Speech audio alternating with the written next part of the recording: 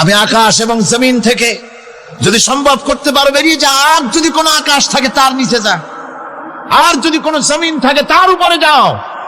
এমন দেশ যদি পাও যেখানে আমার আলো ছাড়া কোনো আলো আছে, আমার বাতাস ছাড়া কোনো বাতাস আছে, আমার চাঁদ সূর্য ছাড়া কোনো চাঁদ সূর্য আছে, যাও সেখানে। আল্লাহ রাব্বুল আলামিন বলেন নাই এরকম যাওয়ার কোনো উপায় নাই। আমি আল্লাহ রাব্বুল আলামিন আকাশ আর জমিন দিয়ে প্যাকেট করে রেখেছি, আটকায় রেখেছি। আমার রাজত্ব থেকে, আমার ক্ষমতা থেকে, আমার কর্তৃত্ব থেকে বেরিয়ে যাওয়ার ক্ষমতা কোনো মানুষের নাই, কোনো জেনের নাই, কোনো প্রাণীর নাই। সুবহানাল্লাহ। মানুষ হচ্ছে অহংকার কিসের হবে? তোমরা হচ্ছ ফকির। আল্লাহ পাক বলছেন ওয়াল্লাহুল গনিয়্যু ওয়া আনতুমুল ফুকারা। আল্লাহ হচ্ছেন গনি। আল্লাহ কি? গনি, বেনিয়াস, বেপরোয়া। ফাআলুল লিমা ইউরিদ, যা খুশি তাই করেন, কারো মুখাপেক্ষী চিনি না। কোরআনে কারীমে রব্বুল আলামিন বলেছেন নবী আপনি আমার ব্যাপারে, আমার গুণাবলীর ব্যাপারে বলুন। কুল হুয়াল্লাহ, ও আমার নবী আপনি বলুন আল্লাহ পাক এক এবং একক, তিনি নিরঙ্কুশ, তিনি বেনিয়াস, তিনি কারো মুখাপেক্ষী নন, তিনি কাউকে জন্ম দেন নাই, তাকেও কেউ জন্ম দেয়নি। আকাশ এবং জমিনে আল্লাহর সমকক্ষ কেউ নাই। তোমরা হচ্ছ ফকির আর আমি আল্লাহ হচ্ছি বেনিয়াস। লিল্লাহি মা ফিস সামাওয়াতি ওয়া মা ফিল আরদ, আকাশে যা আছে জমিনে যা আছে সব আল্লাহ। সব কার? আল্লাহ পাকের। সুতরাং কিসের অহংকার, কিসের মাতবাড়ি? মানুষ পেছনের কথা ভুলে যায়, মোটেই চিন্তা করে না। একটু আগে যারা ক্ষমতায় ছিল আজকে তারা ক্ষমতা হারা, আজকে যারা ক্ষমতায় এলো তারা আবার ক্ষমতা মস্তদে বসে দুনিয়ার সব বিপদ আপদ ভুলে যায়। কি করে আরো বেশি লুটপাট করা যায়, আরো বেশি মানুষকে শোষণ করা যায়, মানুষ এই চিন্তাই করে। অহংকারে, ক্ষমতার দর্পে ফেটে পড়ে, চিন্তা করে না পেছনের কথা। আল্লাহ রাব্বুল আলামিন বলেন যারা নাকি মুমিন বান্দাদের বিনয় এবং বিনম্রতা তাদের মধ্যে সৃষ্টি হয়ে যাবে, তার কারণ হলো আল্লাহ পাক বলেছেন ওয়ালা তামশি ফিল আরদি মারহান ইন্নাকা লান তাখরিকাল আরদা ওয়া লান তাবলুগাল জিবালা তুলা। ওয়ালা তামশি ফিল আরদি মারহান, আমার জমিনের উপরে অহংকার করে পা ফেলো না। তুমি কি পারবে অহংকার করে আমার জমিনটাকে ফাটাই দিতে? কি বলেন, পারা যাবে? অহংকার করে জমিনের উপরে লাথি মারেন জোরে, জমিন ফাটবে? ফাটবে না, আপনার পা ছিঁড়ে যাবে। আপনি কি পারবেন অহংকার করে পাহাড়ের উচ্চতা লাফ দিয়ে ছাড়াই যেতে পারবেন? তাও পারবেন না। সুতরাং আল্লাহ পাকের উপরে ঈমান আনলে পরে তাদের মাথা এভাবে নত হয়ে যায়, অহংকার তাদের মধ্যে জায়গা পায় না। অহংকার কিসের অহংকার তোমার? মানুষ তার জন্মের কথা, কোরআনে কারীম বলে মানুষ কি তার জন্মের কথা স্মরণ করে না? তোমার তো এমন অবস্থা ছিল দুনিয়ায় উল্লেখযোগ্য বিষয়বস্তু হিসাবে তুমি পরিগণিত ছিলে না। তুমি হচ্ছ, তোমার জন্মের উৎস কথা হচ্ছে এক ফোঁটা নাপাক পানি, এমন নাপাক পানি যা শরীর থেকে নির্গত হলে পরে গোসল করা ওয়াজিব হয়ে যায়। এমন এক ফোঁটা নাপাক পানি যার জন্মের উৎস, তার আবার অহংকার কিসের? পৃথিবীতে অহংকার যারাই করলো আল্লাহ পাক তাদেরকে ভালো করে দেখায় দিলেন। নমরুদকে দেখায়ছেন, ফেরাউনকে দেখায়ছেন, যুগের ছোট ছোট নমরুদ ফেরাউন যেখানে যেখানে খুঁজে খুঁজে ফেরাউন হয়েছে আল্লাহ সকলকেই দেখিয়ে দিয়েছেন। দেন নাই? দেখিয়ে দিয়েছে। সুতরাং মাথা নিচু করে চলতে হবে, বিদ্যার বড়াই করা চলবে না। কত লেখাপড়া করেছো তুমি? এমএ পাস করেছো, তাতে কি হয়েছে? সবে মাত্র বর্ণবোধ পড়েছো, জ্ঞানের রাজ্যে পা ঢুকিয়েছো, এখনো কিছু শেখনি। টাইটেল পাস করেছো, তো কি হয়েছে? কদ্দুর শিখেছো? নিউটনের মতো মানুষ মৃত্যুর সময় বললেন জ্ঞান সমুদ্রের বেলাভূমিতে দাঁড়িয়ে সামান্য বালু কণা নিয়ে নাড়াচাড়া করলাম, অথই সমুদ্রের কিছুই দেখতে পারলাম না। শেখ সাদি রহমতুল্লাহ আলাইহি ইন্তেকালের সময় বলেছেন, মালুম শোধ কি হিচ মালুম না শোধ। সারা জীবন সাধনা করে বুঝিলাম ইহা, যে কিছুই বুঝিলাম না। এগুলি হচ্ছে জ্ঞানীদের কথা। আর কোন রকম ইউনিভার্সিটির বারান্দা দিয়ে 3-4 দিন হাঁটছে, কয় যে সব বুঝি। কি বুঝছো? দেয়ার ইজ নো গড, স্রষ্টা বলতে কেউ নেই। পাগল কি আর গাছে ধরে মিয়া? সুতরাং বিদ্যার বড়াই চলবে না, স্বাস্থ্যের বড়াই চলবে না, অর্থের বড়াই চলবে না। অর্থের বড়াই করবে, কত অর্থ তোমার হয়েছে, আল্লাহ যদি ইচ্ছে করেন ব্রেনের মধ্যে, মগজের মধ্যে এমন টিউমার করে দিবেন, মগজের মধ্যে এমন ক্যান্সার করে দেবেন, হার্টের ভিতরে এমন ক্যান্সার লাগায় দিবেন, 14 গোষ্ঠী বিক্রি করলে ঔষধের পয়সা হবে না। পারবে কিনা আল্লাহ কন? জোরে বলবেন পারবেন কিনা? এমন বহুত অসুখ আছে, ডাক্তাররা বোঝেই না ঔষধ দেবে কি। হযরত ইউনূস আলাইহিস সালাম মাছে তারে গিলে ফেলে দিল, হতাশায় তিনি হার্ট ফেল করেন নাই। মাছের পেটের মধ্যে যদি কেউ চলে যায়, বেরিয়ে যাওয়ার জন্য কোনো ব্যাকডোর আছে নাকি কন? পালাবার কোন রাস্তা আছে? মাছের পেটের জানালা দরজা আছে কিছু? কিছুই নেই। তিনি হতাশ হলেন না, মাছের পেটের ভেতরে বসে হযরত ইউনূস আলাইহিস সালাম বুক ভরা আশা নিয়ে আল্লাহর দরবারে তিনি ঘোষণা করলেন, লা ইলাহা ইল্লা আনতা সুবহানাকা ইন্নী কুনতু মিনাজ জালিমিন। পড়েন না সবাই, লা ইলাহা ইল্লা আনতা সুবহানাকা ইন্নী কুনতু মিনাজ জালিমিন।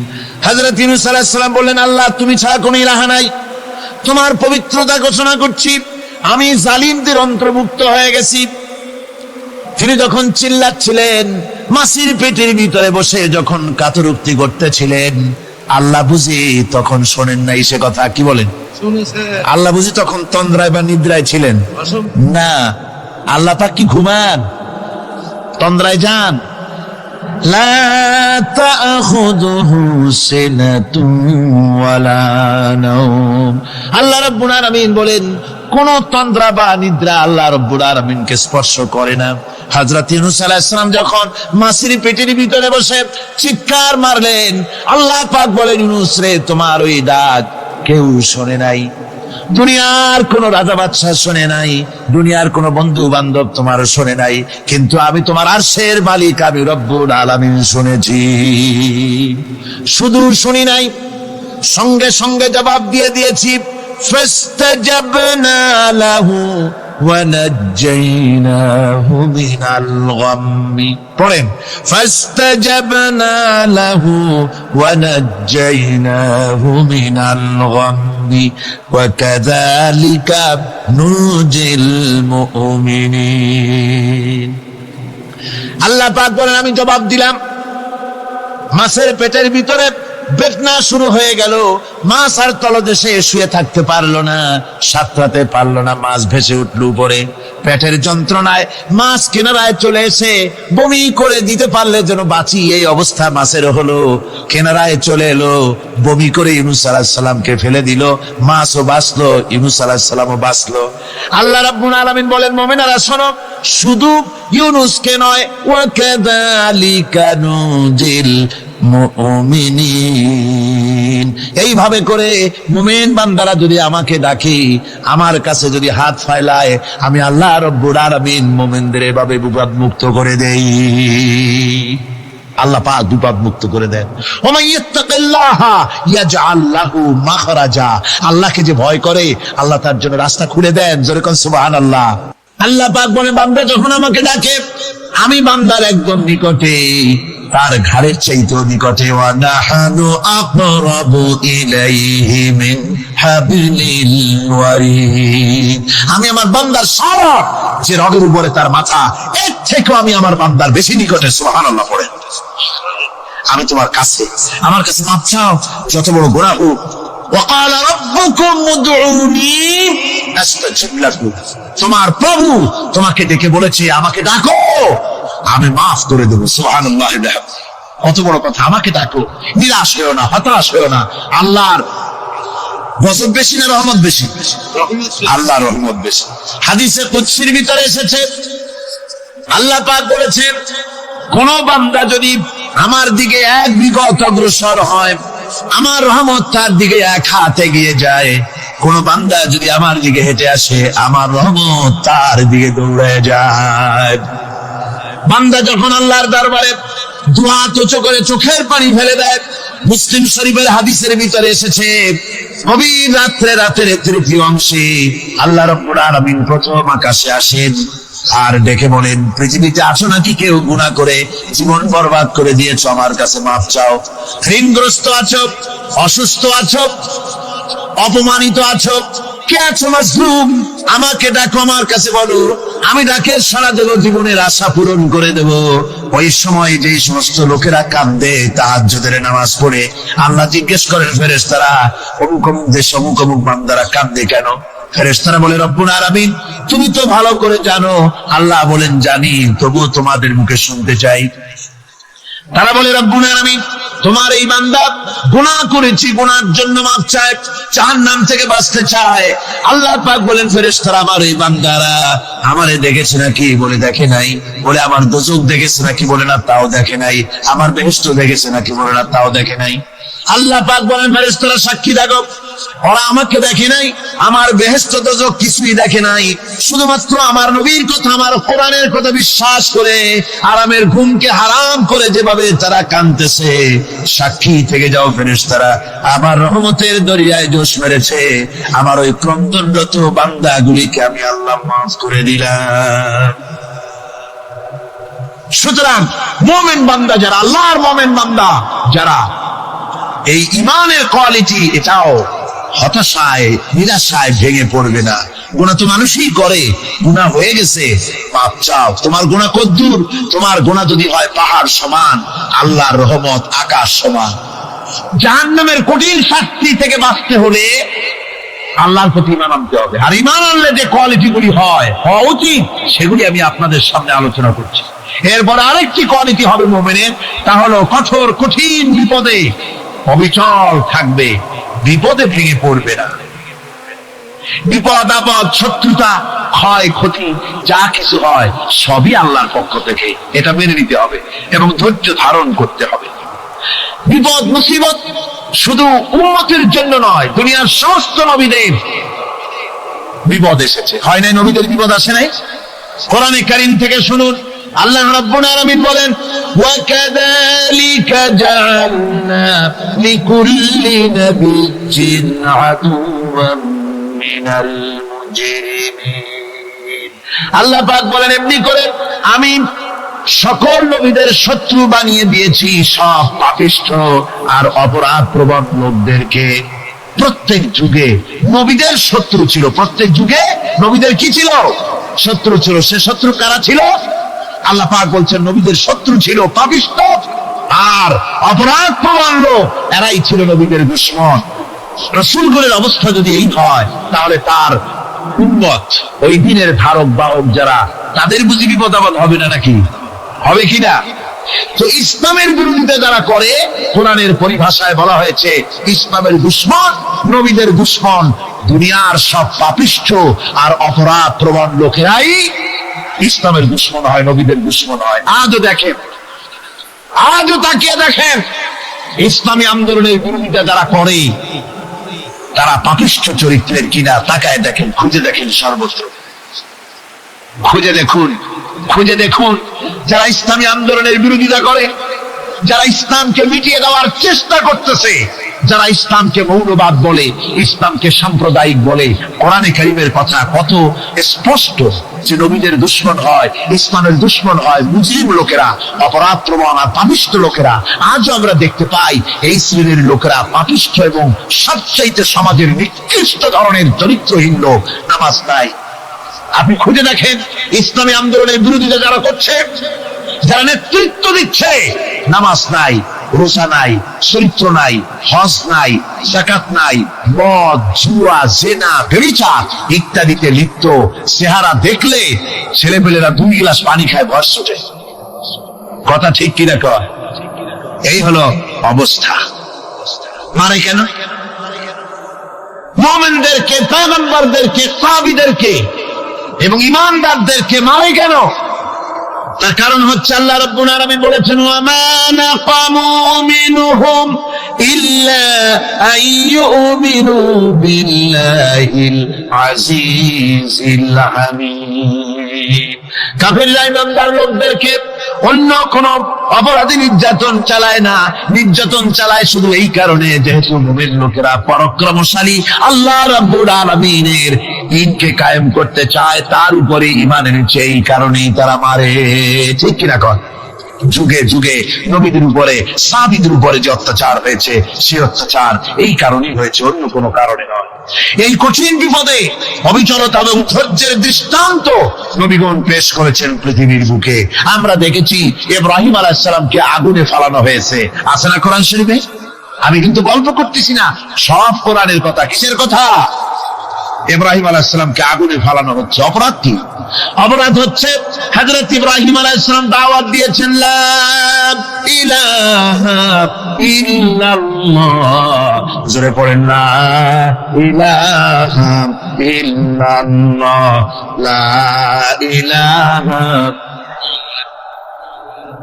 লা ইলাহা ইল্লাল্লাহ মুহাম্মাদুর রাসূলুল্লাহ। হযরত ইব্রাহিম আলাইহিস সালাম দ্বীনের দাওয়াত দিয়েছেন, এক আল্লাহর দাওয়াত দিয়েছেন, ঈমানের দাওয়াত দিয়েছেন। আর কোন অপরাধ ছিল না। নমরুদ সহ্য করতে পারল না।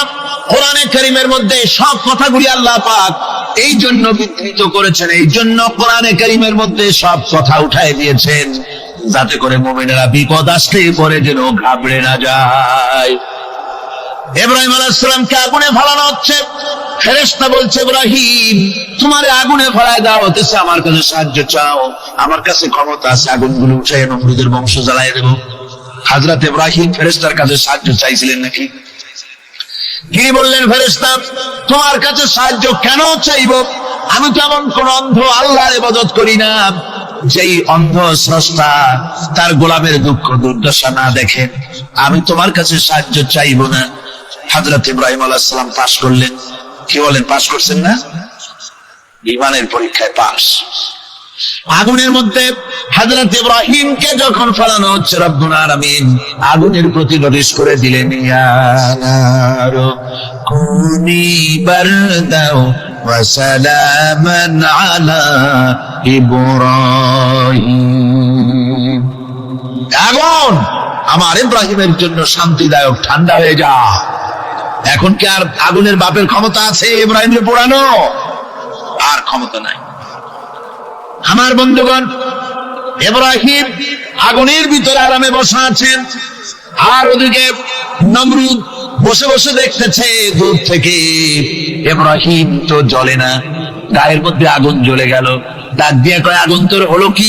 কেন জ্বালাইতে পারিস না আমার দুশমন রে? হলোটা কি তোর? তোর কি জ্বালানোর শক্তি বন্ধ হয়ে গেল নাকি? আগুনের ভিতর থেকে জবাব এলো, নমরুদ রে, আমার ভিতরে জ্বালানোর শক্তি আছে কি নাই যদি প্রমাণ করতে চাও, টেস্ট করতে চাও, তুই নিজে আয়, তোরে শুদ্ধ তামাম দুনিয়া জ্বালাই দিতে পারি, ইব্রাহিমের এক গাছা পশমও জ্বালাই দিতে পারি না। তার কারণ হচ্ছে আমি হচ্ছি মাখলুক, আল্লাহ হচ্ছেন খালিক। আল্লাহ আমাকে বলেছেন না জ্বালাতে, তুমি 1000 বার বললেও আমি ইব্রাহিমকে জ্বালাইতে পারবো না। কোরআনে কারিমে ঘটনা বলে মুমিনদেরকে সাহস দেওয়া হচ্ছে, মুমিনেরা দ্বীনের কাজ করতে গিয়ে বিপদ আবাজ আসবে, ঈমানের দাবি হলো বিপদ আসবে, আর বিপদ আসলে ঘাবড়ায় যেও না, মুসিবতে পড়ে চিন্তায় পেরেশানে হয়রান হয়ে যেও না। বিশ্বকবি আল্লামা ইকবাল কি সুন্দর করে বলেছেন, আজ ভি হো জু ইব্রাহিম কা ইমা पैदा आग कर सकती है एक अंदाज गुलिस्तां पैदा। ইব্রাহিমের ঈমান যদি আজিও কোথাও হয় বিদ্যমান, করতে পারেন অগ্নিকুণ্ডে খুবসুরত এক গুলিস্তান। আজও যদি আগুনের ভিতরে কোন নমরুদ কোন ইব্রাহিমকে যদি ফেলে দেয়, আল্লাহ রাব্বুল আলামিন আজও আগুনকে ফুলের বাগান বানায়া দিবেন। সুবহানাল্লাহ। ভয় পাওয়ার কারণ নাই, চিন্তা করার কোনো কারণ নাই। আমার বন্ধুগণ, হযরতে হুদ আলাইহিস সালামকে যখন সমাজের লোকেরা, রাষ্ট্রের লোকেরা ঘিরে ফেলে দিল, সমাজ শক্তি, রাষ্ট্র শক্তি যখন তাকে ঘিরে ফেলে দিল, ষড়যন্ত্রের পাহাড় তুলে দিল, তারে মেরে ফেলে দিবে, হযরত হুদ দেশ থেকে পালায় গেলেন না, ভয় পেলেন না। হযরতে হুদ আলাইহিস সালাম বললেন, কোরআনে কারীমে হযরত হুদের কথা কোট করা হলো, ফাকিদুনি জামিআন সুম্মা লা তুযিরুন। সম্মিলিতভাবে ষড়যন্ত্র করো আমার বিরুদ্ধে, সবাই মিলে ষড়যন্ত্র করো, সুম্মা লা তুযিরুন, আর আমাকে এতটুকু অবকাশ তোমরা দিও না। ইন্নী তাওয়াক্কালতু আলাল্লাহি রাব্বি ওয়া রাব্বিকুম, আমি ভরসা করেছি সেই আল্লাহর উপরে, যার কুদরতি হাতের ভেতরে, যিনি আমাদের রব তোমাদেরও রব, আর যার কুদরতি হাতের ভিতরে তামাম পৃথিবীর জানগুলি যার হাতে, সে আল্লাহর উপরে ভরসা করেছি। ষড়যন্ত্র যদ্দূর আছে করতে থাকো, আমি ষড়যন্ত্র পরোয়া করি না। সুবহানাল্লাহ। এটাই হলো মুমিনের কোয়ালিটি। শুধু ঈমান, লা ইলাহা ইল্লাল্লাহ মুহাম্মাদুর রাসূলুল্লাহ, গরুর গোশত খাই, আর রবিউল মাস আসতে পরে ইয়া নবী সালাম আলাইকা, ইয়া রাসূল সালাম আলাইকা, তারপরে গরম গরম জিলাপি আর রসগোল্লা খাইলাম খুব বেশি করিয়া, এর নাম মুমিন নয়। মুমিন হচ্ছে তার চলায় ফেরায়, ওঠায় বসায় সাহসিকতার এক আন্দাজ তৈরি হবে সে। আমার ভাইয়েরা, বিপদে অবিচলতা আমাদেরকে পয়গম্বরেরা শিক্ষা দান করেছেন। আমরা দেখতে পেয়েছি বিশ্বনবী জনাবে মুহাম্মদুর রাসূলুল্লাহ সাল্লাল্লাহু আলাইহি ওয়াসাল্লাম হিজরতের রাত, কাফেররা চতুর্দিকে দাঁড়ানো, হযরত জিবরাইল এসে বলেন, ইয়া রাসূলুল্লাহ, কাফেররা চতুর্দিকে ঘিরে দাঁড়িয়েছে, গভীর রাত, এখন হাতে তাদের তরবারি, সকাল হলে পরেই তারা আপনাকে মেরে ফেলে দিবে, তাড়াতাড়ি উঠেন, মদিনার দিকে চলে যান। আল্লাহ নবী ঘুমের থেকে জেগে হযরত আলীকে ডেকে বলেন, আলী, আল্লাহ অর্ডার করেছেন আমি মদিনায় চললাম, আমার বিছানার পরে আমার চাদর গায়ে দিয়ে শুয়ে থাকো। হযরত আলী বলেন, আল্লাহর হাবিব, আপনার চাদর গায়ে দিয়ে ঘুমিয়ে থাকবো, সকালবেলায় কাফির বেঈমানেরা আপনার বিছানার পরে আপনার চাদর গায়ে দেওয়া অবস্থায় আমি আলীকে তারা মুহাম্মদ মনে করবে, আর আমি আলীকে নবী মনে করে তারা তাদের তরবারি দিয়া কেটে কেটে টুকরা টুকরা করে আমারে বিদায় করে দেবে দুনিয়া থেকে। এতটুকু পরোয়া করি না, বরং আমার দিলের মধ্যে এটাই তৃপ্তি থাকবে যে আমি আলীর জীবনের বিনিময় আল্লাহর হাবিব দুনিয়ায় বেঁচে আছে। যে ব্যক্তি বিদ্রোহ করেছে এবং দুনিয়ার জীবনকে অগ্রাধিকার দিয়েছে, তার জায়গা হচ্ছে জাহান্নাম। জোরে বলেন নাউজুবিল্লাহ। যে ব্যক্তি আল্লাহর সঙ্গে বিদ্রোহ করেছে আর পরকালের জন্য পাথর জোগাড় করে নাই, দুনিয়াকে অগ্রাধিকার দিল, পরকালকে ভুলে গেল, তার জায়গা হলো জাহান্নাম। وَأَمَّا مَنْ خَافَ مَقَامَ رَبِّهِ وَنَهَى النَّفْسَ عَنِ الْهَوَى فَإِنَّ الْجَنَّةَ هِيَ الْمَأْوَى। আর যে ব্যক্তি আপন প্রভুর সামনে উপস্থিত হওয়াকে ভয় করেছে এবং আপন প্রবৃত্তিকে লালসা মুক্ত করেছে, লালসার হাত থেকে রক্ষা করেছে, আল্লাহ রাব্বুল আলামিন কিয়ামতের দিন তার জন্য রেখে দিয়েছেন জান্নাত। তার জন্য কোন জায়গা? জান্নাত। আমাদেরকে পরকাল ভিত্তিক জীবন যাপন যদি করি, তাহলে কবরের জবাবগুলি খুব আসান হবে। আর যদি পরকাল ভিত্তিক জীবন যাপন না হয়, কবরটা মুসিবত হয়ে যাবে। হযরত ওসমান রাদিয়াল্লাহু তাআলা আনহু কবরের কাছে গিয়ে খুব কাঁদতেন। সাহাবায়ে কেরাম প্রশ্ন করেছেন, হুজুর, রাসূল করিম সাল্লাল্লাহু আলাইহি ওয়াসাল্লাম যখন জান্নাত ও জাহান্নামের ওয়াজ করেন, কখনো তো এত বেশি আপনি কাঁদেন না, যত বেশি কাঁদেন কবরের কাছে এসে, কারণ কি? হযরত ওসমান রাদিয়াল্লাহু তাআলা আনহু বলতেন, আমার সাথীরা, আমি আমার হাবিবের কাছে, আল্লাহ রাব্বুল আলামিনের রাসূলের কাছে আমি শুনেছি, এই কবরটাই হলো প্রথম স্টেশন, এই কবরটাই হলো প্রথম ইমিগ্রেশন কাউন্টার। এই জায়গায় যদি কেউ যদি ধরা পড়ে যায়, কারো যদি চার্জশিট হয়ে যায়, সব জায়গায় ধরা পড়ে যাবে, হাসরে মিজানে সিরাতে কোনো জায়গায় নাজাত পাবে না। আর এই কবরটা যদি কেউ মুক্তি পেয়ে যায়, মিজান সিরাত হাসর সব জায়গা থেকে আল্লাহ তারে ভালোভাবে পার করে দিবেন। এটা হলো আসল জায়গা, মারাত্মক জায়গা, খুব মারাত্মক জায়গা। আমি এটাকে ইমিগ্রেশন কাউন্টার বলেছি আমার ভাষায়। ইমিগ্রেশন কাউন্টার যারা বিদেশ ভ্রমণ করেছেন তারা জানেন। লন্ডন যাবেন, আমেরিকা যাবেন, সৌদি আরব যাবেন, যে কোনো বিদেশে যাবেন, গেলেই পাসপোর্ট তারা দেখবে। পাসপোর্টে আপনার ন্যাশনালিটি কোনটা সেটাই তারা জানতে চাইবে। আপনি কোন দল করেন এটা তারা জানতে চাইবে না। আপনি কোন ভাষায় কথা বলেন তাও তাদের জানার দরকার নেই। প্রথমেই তারা আপনার ন্যাশনালিটি দেখবে, আপনার আইডেন্টিটি কি তারা জানতে চাইবে। তারপরে যদি স্যাটিসফ্যাক্টরি হয়, আপনাকে ভিসা দিয়ে ভেতরে ঢোকবার ব্যবস্থা করে দেবে। আর যদি তারা স্যাটিসফাইড না হয়, তাহলে আপনাকে মেহমানখানায় ঢুকানো হবে গ্রেফতার করে। খবর হচ্ছে এ ধরনের একটি ইমিগ্রেশন কাউন্টার। কবরের ভিতরে মানুষ যখনই রাখা হবে, সঙ্গে সঙ্গে দুজন ফেরেশতা আসবে। কবরের কাছে যারা এসেছিল, দাফন হয়ে যাওয়ার পর এই লোকগুলি 40 কদম যেতে যতক্ষণ লাগে, এর মধ্যেই দুজন ফেরেশতা এসে যাবে। এসে জিজ্ঞেস করবে, মান রব্বুকা, তুমি কোন দল করতে? ওটা তাদের জানার দরকার নেই। চাকরি কিসে করতেন ওটা জানার দরকার নেই। ব্যবসা করতেন না চাকরি করতেন প্রয়োজন নেই। প্রথমেই জিজ্ঞাসা করা হবে ন্যাশনালিটি, প্রথমেই জিজ্ঞাসা করা হবে তার ন্যাশনালিটি সম্পর্কে, তার আইডেন্টিটিটা কি, এবং সেটাকে সত্যায়িত করার জন্য, বোঝার জন্য 3টি প্রশ্ন। প্রথম প্রশ্ন, মান রব্বুকা ওয়া মা দীনুকা ওয়া মান নাবিয়ুকা, তোমার রব কে, তোমার দ্বীন কি, তোমার নবী কে। যদি এই ব্যক্তি বেঈমান হয়, মুনাফিক হয়, সে বলবে হায় হাতা লা আদরি, হায় হাতা লা আদরি, জানি না আমার রবকে, আমি জানি না। তোমার দিন কি, দিন কারে কয় বুঝি না। এরপরে আল্লাহর নবী জনাবে মুহাম্মদ রাসূলুল্লাহ সাল্লাল্লাহু আলাইহি ওয়াসাল্লাম কে দেখানো হবে, বলা হবে মা কুনতা তাকুলু ফি হাদার রাজুল, এই ব্যক্তি সম্পর্কে তোমার ধারণা কি নিকে? বলবে আমি চিনি না। নাউযুবিল্লাহ। বাস, এরপরে তার যা হবার তাই শুরু হয়ে যাবে। আর যদি বান্দাটা মুমিন হয়, প্রশ্ন করা হবে মান রব্বুকা, জবাব দেবে রব্বি আল্লাহ, আমার রব আল্লাহ রাব্বুল আলামিন। ওয়া মা দীনুকা, দীনুনা ইসলাম, আমার দিন হচ্ছে ইসলাম। এরপরে আল্লাহর নবীকে দেখানো হবে।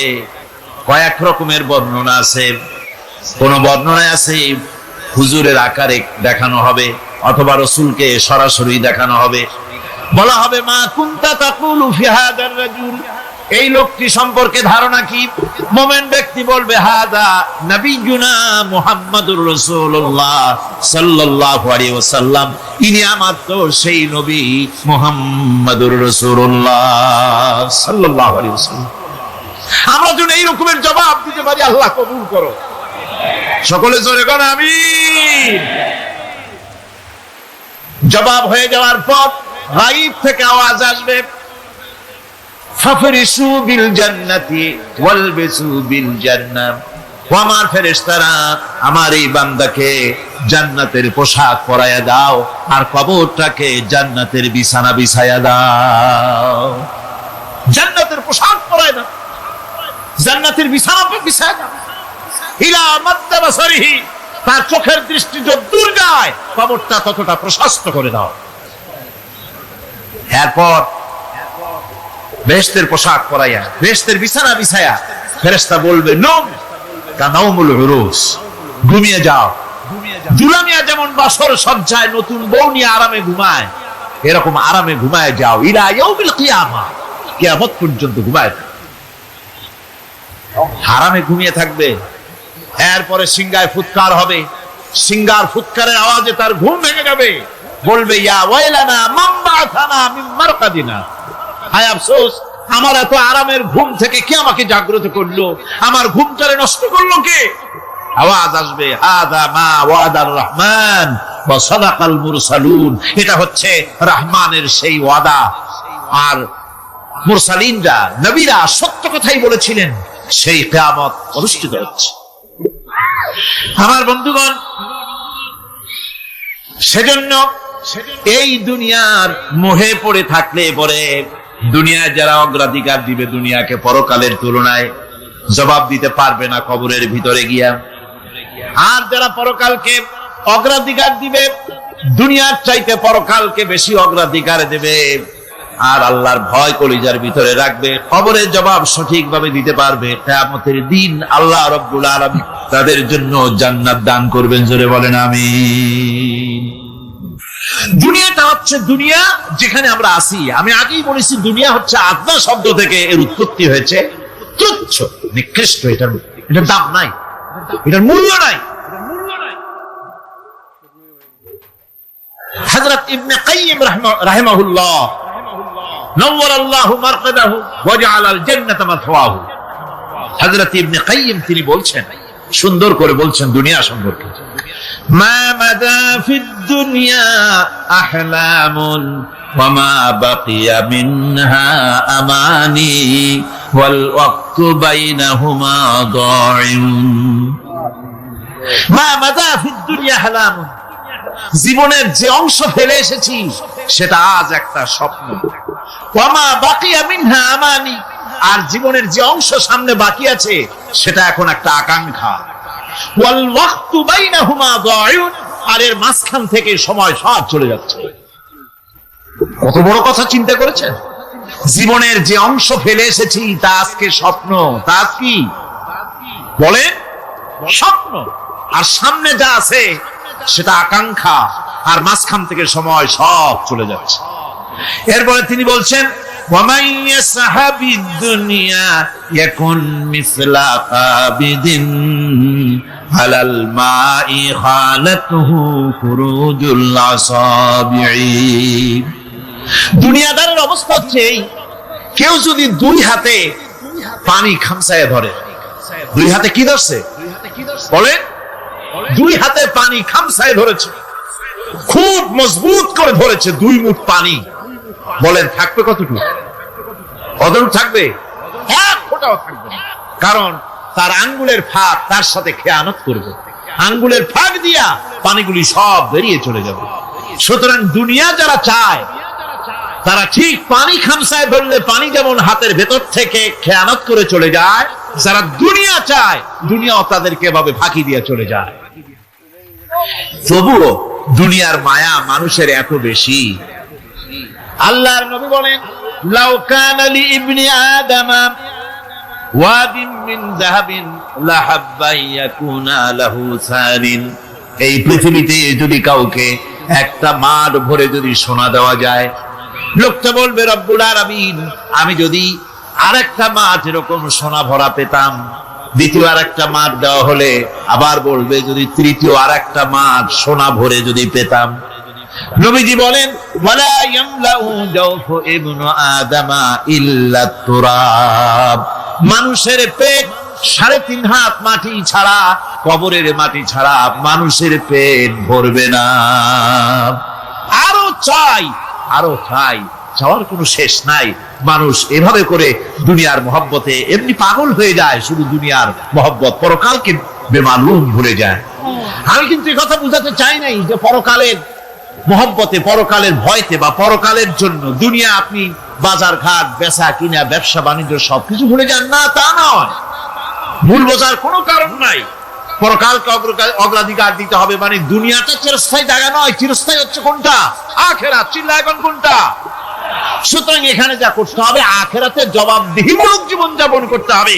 আপনি ব্যবসা করবেন, ওজনে কম দিতে পারবেন না, আপনি খাদ্যে ভেজাল দিতে পারবেন না, চুরি করতে পারবেন না, ডাকাতি করতে পারবেন না, জেনা করতে পারবেন না, বদমাশি করতে পারবেন না, মদ খেতে পারবেন না, সন্ত্রাসী হতে পারবেন না, হাইজ্যাকার হতে পারবেন না, চাঁদাবাজ হতে পারবেন না, মুনাফাখোর হতে পারবেন না, আপনি চোরা কারবারি হতে পারবেন না, ঘুষখোর হতে পারবেন না, সুদখোর হতে পারবেন না। এই সব কাজ পরকালকে বিশ্বাস করলেই এ সমস্ত কাজ থেকে মানুষ বিরত থাকতে পারে। কথা ঠিক কিনা? এটাই হচ্ছে। সুতরাং এই পৃথিবী থাকবে না, এটা কি চিরকাল থাকবে না, এর একটা পরিসমাপ্তি ঘটবে।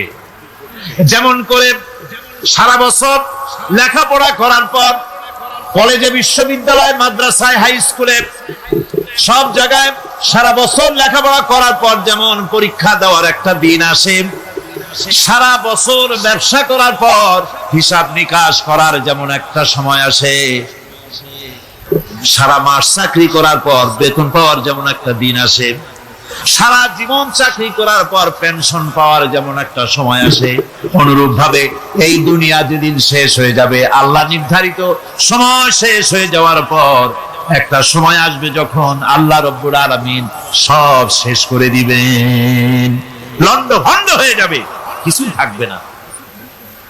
কোরআনে কারিমে আল্লাহ সব বলেছেন, কোরআনে সব আল্লাহ বলে দিয়েছেন। আল্লাহ পাক বলেন এই পৃথিবীর সব কেমন ভাবে ধ্বংস হবে তার চিত্র আল্লাহ পাক কোরআনে কারিমে তুলে ধরেছেন। ইদাস সামাউ ফাতারাত ওয়া ইদাল কাওয়াকিবু তাসারাত ওয়া ইদাল বিহারু ফুজ্জিরাত ওয়া ইদাল কুবুরু বু'সিরাত। যখন আকাশসমূহ দীর্ঘ বিদীর্ণ হয়ে যাবে, তারকাগুলি বিক্ষিপ্ত হয়ে ছিটকে পড়বে, আর সমুদ্রগুলি উচ্ছ্বসিত হয়ে পড়বে, কবরগুলি সব তার ভেতরে যা আছে উদ্গীরণ করে দেবে, তারকাগুলি স্থিমিত হয়ে যাবে। এরপরে সমস্ত আকাশগুলি সিজিল্লিল কুতুব, কিতাবের পৃষ্ঠার মতো একটার পরে একটা ঠাস ঠাস করে পড়তে থাকবে, চূর্ণ বিচূর্ণ হয়ে ভেঙে চুরে একাকার হয়ে যাবে। পাহাড়গুলিকে উড়িয়ে দেওয়া হবে, চন্দ্র এবং সূর্য একাকার হয়ে। আল্লাহ রাব্বুল আলামিন বলেন ফাইদা বারিকাল বাসার ওয়া খাসাফাল কমার ওয়া জুমিআশ শামসু ওয়াল কমার। চক্ষু যখন বিস্ফারিত হয়ে যাবে, চাঁদ যখন তার আলো হারিয়ে ফেলবে, সূর্য যখন তার আলো হারিয়ে ফেলবে, চাঁদ আর সূর্য সব একাকার হয়ে যাবে, সেই সময়ের অবস্থাটা কি চিন্তা করো। মানুষ হয়রান হয়ে দৌড়াদৌড়ি করবে। ওয়াহুমিলাতিল আরদু ওয়াল জিবালু ফাদুক্কাতা দাক্কাতান ওয়াহিদা। জমিন এবং পাহাড়গুলির মধ্যে আল্লাহ রাব্বুল আলামিন সংঘর্ষ বাঁধিয়ে দিবেন, পাহাড়গুলি ভেঙে চুরে টুকরা টুকরা হয়ে যাবে, পাহাড়গুলি উঁচু করে জমিনের উপরে আছাড় মেরে আল্লাহ রাব্বুল আলামিন ভেঙে চুরে চুরমার করে দিবেন। সুবহানাল্লাহ। ওয়া তাকুনুল জিবালু কালইনিল মানফুস, পাহাড়গুলো পেঁজা ধোনা তুলার মতো করে উড়িয়ে দেওয়া হবে, পাহাড় উড়ে যাবে। সুবহানাল্লাহ। পাহাড় পাথরের তৈরি করা পাহাড়, এই পাহাড়গুলি তুলার মতো হয়ে উড়বে কিভাবে? আমি এই দৃশ্য নিজের চোখে কিছুটা হলেও দেখছি। আজ থেকে 10 দিন আগে আমি ইতালি সফর করে এসেছি। ইতালির রাজধানী রোম। রোম প্রাচীন সভ্যতার লালন ভূমি। কোরআনে কারিমে সূরায়ে রোম রয়েছে, এই রোম সেই রোম। এখানের বাদশার কাছে রাসূল করিম সাল্লাল্লাহু আলাইহি সাল্লাম হেরাক্লিয়াসের কাছে চিঠি পাঠিয়েছিলেন, সেই রোম। 12 থেকে 15,000-এর মতো বাংলাদেশি মুসলমান সেখানে আছে। জুমার দিন, যেদিন আমি গেলাম তার পরের দিনই জুমা ছিল। জুমার নামাজ পড়লাম ভ্যাটিকানের কাছেই বিশাল মসজিদ, ইউরোপের ভিতরে সবচেয়ে বড় মসজিদ এটা। রোম ইসলামের দুশমনদের রাজধানী। সেখানে যখন আযান হচ্ছে আশহাদু আন্না মুহাম্মাদার রাসূলুল্লাহ, আমার অনুভূতির কথা আপনাদেরকে বোঝাতে পারবো না, কি অনুভূতির সৃষ্টি হয়েছে আমার ভেতরে। ভ্যাটিকানের পোপ এক পাশে, কিছু দূরেই ভ্যাটিকান, ওটা হচ্ছে গোটা পৃথিবীর সমস্ত খ্রিস্টানদের কাবা ভ্যাটিকান। তার পাশেই বিশাল মসজিদ, সেখানে নামাজ পড়লাম। চিন্তার ভেতরে আসলো আল্লাহ রাব্বুল আলামিন তার হাবিবের নাম, তার তাওহীদ, তার সালাতকে কিভাবে বিশ্বময় ছড়িয়ে দিলেন। আবু জাহেল চাইছিল মুহাম্মদ সাল্লাল্লাহু আলাইহি ওয়াসাল্লামকে স্তব্ধ করে দেবে মক্কার জীবনেই। কত বদনাম, সাহের, কাহেন, কাযযাব, শায়ের, নাউযুবিল্লাহি মিন যালিক, কত গালাগালি করলো। আর আল্লাহ শোনালেন, হাবিব চিন্তার কোনো কারণ নাই, ওয়ারাফা'না লাকা যিকরাক, আমি আপনার প্রশংসা বিশ্বময় ছড়িয়ে দেব। সুবহানাল্লাহি ওয়া বিহামদিহি। রোম প্রোগ্রাম শেষ করে আমাকে তারা নিয়ে গেল, যেটা আমি বলছি সফর কাহিনী শোনাবার সময় এটা না, যেহেতু এর সঙ্গে প্রাসঙ্গিক সেজন্য বলছি। পাহাড় কেমনে তুলার মতো হয়ে উঠবে তার নজির দেখেছি। রোম শহর থেকে 300 মাইল দূরে, 300 কিলোমিটার দূরে নেপোলিয়ান বোনাপার্ট তার বাড়ি, এবং ওটা তার নামে একটা প্রভিন্স। ভূমধ্য সাগরের পারে ভিসুভিয়াস, পৃথিবীর সবচাইতে বড় আগ্নেয়গিরি, সেটা দেখাতে নিয়ে যাওয়া হলো আমাকে। যে পাহাড়টা পৃথিবীর মাটি থেকে তার চূড়া হচ্ছে 3 মাইল উঁচু, এর 2 মাইল গাড়িতে করে ঘুরে ঘুরে যাওয়া যায়, এরপর আর গাড়িতে যাওয়া যায় না, বাকিটুকুন যেতে হবে হেঁটে হেঁটে। পাহাড়ের উপরে অক্সিজেন কম, বেশ কষ্ট হচ্ছিল উঠতে। জীবনে প্রথম পাহাড়ে চড়েছি, জাবালে নূর, রাসূল করিম সাল্লাল্লাহু আলাইহি সাল্লামের উপরে যেখানে ওহী হয়েছিল সর্বপ্রথম। পাহাড় চড়ার একটা অভিজ্ঞতা ওখান থেকে আমার কিছুটা হয়েছিল। খুব কষ্ট হলো বাকি 1 মাইল উঠতে। যখন ভিসুভিয়াসের একদম শীর্ষে চলে গেছি, সেখানে গিয়ে আমার সাথে 15-20 জন লোক ছিল। আমি নিজে আল্লাহু আকবার বলে আমার গলা থেকে আওয়াজ বেরিয়ে গেল। আমি দেখতে পেলাম ভিসুভিয়াসের শীর্ষে বিশাল গর্ত। আমার মনে হয় গর্তটা এই মাঠের 1/4 হবে, এই মাঠের 1/4 হবে গর্তটা। সেই গর্তটার গভীরতা হচ্ছে 1.5 কিলোমিটার। এইখান থেকে পাথরগুলি উত্থিত হয়েছে, আগ্নেয়গিরি পাথর আগুনে গলে লাভা হয়ে এগুলি পাহাড় বেয়ে উপচে পড়েছে, চতুর্দিকে 12 মাইল ছড়িয়ে গিয়েছে। আমার মনে পড়লো ওয়াকুদুহান নাস ওয়াল হিজারা, জাহান্নামের আগুনের ইন্ধন হবে মানুষ আর পাথর।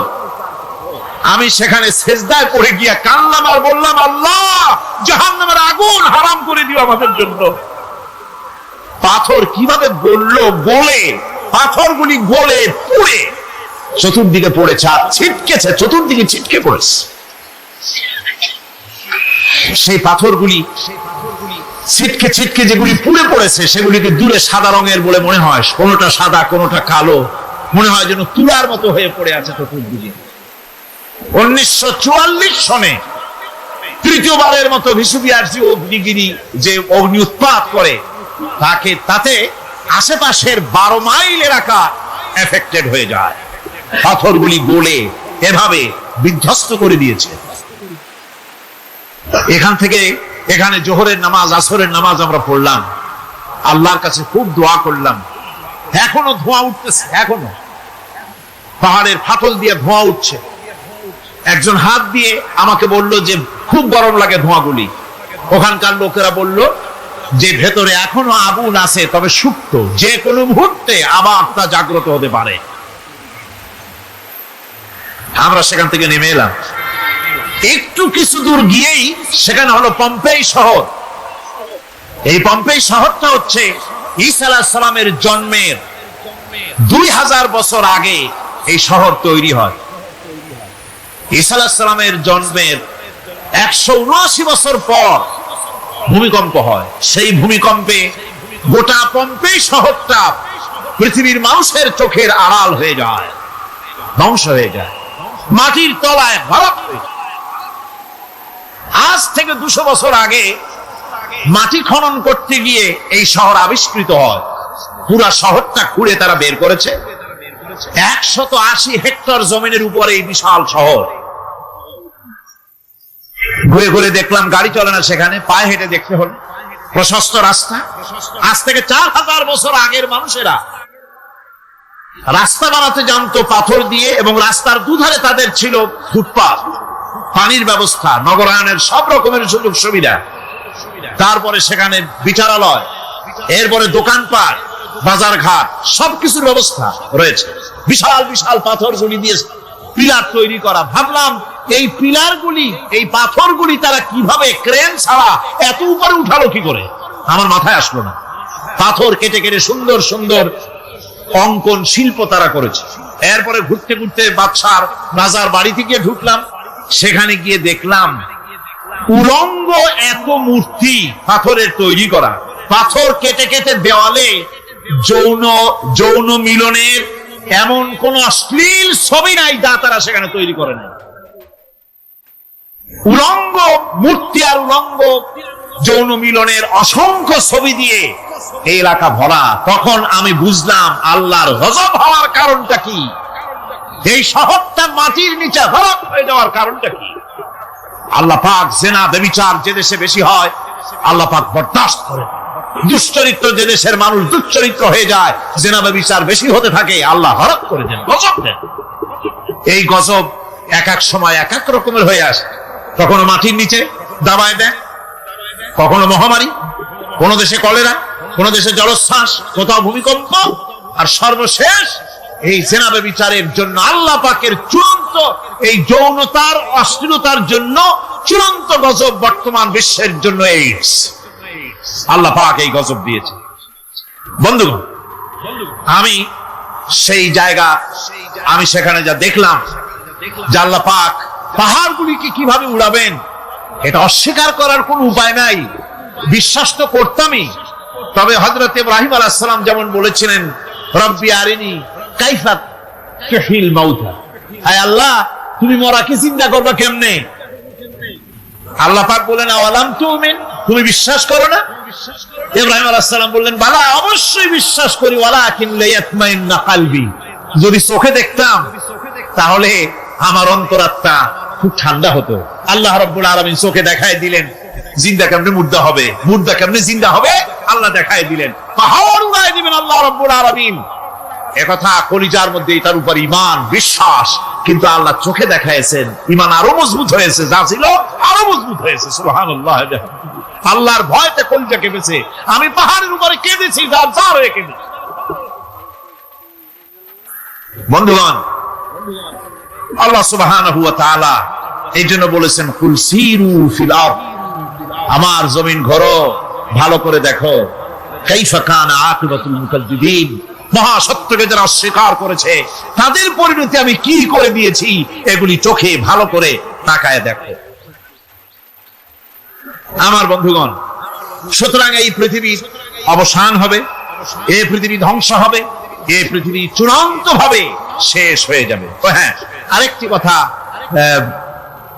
বলতে হয়, সেটা হচ্ছে যে এই রোম থেকে আরেকটু দূরে 900 মাইল দূরে হচ্ছে সিসিলি। 900 মাইল দূরে, সেখানে এই সিসিলি মুসলমানেরা শাসন করেছিল 350 বছর। সেই সিসিলিতে রয়েছে 360টা মসজিদ মুসলমানদের করা। সমস্ত মসজিদগুলি আজ তালা বন্ধ, একটা মসজিদও খোলা নাই। সেখানকার মুসলমানেরা ওয়াজ শুনতে এসেছিল রোমে। আমি তাদের জন্য পরামর্শ দিয়েছি যে গভর্নমেন্টের কাছে তোমরা দাবি জানাও যে অন্তত একটা মসজিদের দরজা আমাদের জন্য খুলে দাও। রোমের অবস্থানরত প্রবাসী বাংলাদেশি মুসলমানেরা আমাকে বলেছে, তাদের অনেকের বাড়ি চট্টগ্রামেও আছে, আমাকে বলেছে তাদের চোখে পানি আসছে বলার সময় যে চিরামের তাফসীর মাহফিল যখন আসে কলিজাটা কাঁদতে থাকে যাওয়ার জন্য।